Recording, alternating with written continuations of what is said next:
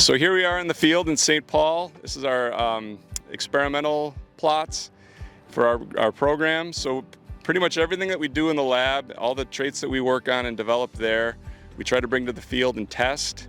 So what you're seeing here is a field that's actually divided into two segments. What we have here on the north end is delineated by this yellow soybean border. We call this Mingold.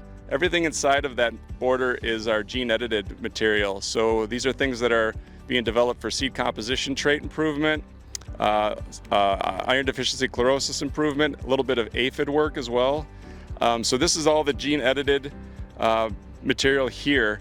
And then on the south end, what we have is more of the conventional genetics projects that we have. So it's not using gene-edited material, but it's more discovery phase work where we're trying to find what genes might be involved. So we're mapping genes that might be involved in these series of different traits as well. So again, we're looking at seed composition quality. We're looking at abiotic and symbiotic stresses there as well.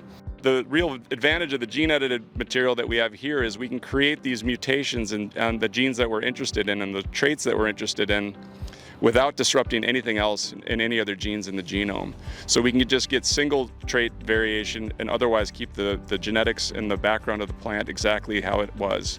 So that's one of the real big advantages of using that in the sense of crop improvement, so that it kind of, well, the other thing that we're trying to develop now is the ability to do the gene editing within elite material so that we can actually get really high performing material that has the new trait added in directly without having to do a lot or extensive back crossing or additional breeding steps in that pipeline.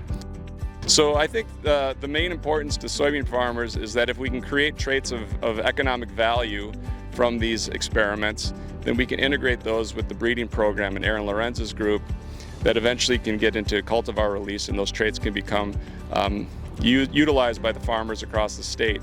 And in many cases, we're looking at traits that I think would be specifically very good for Minnesota growers.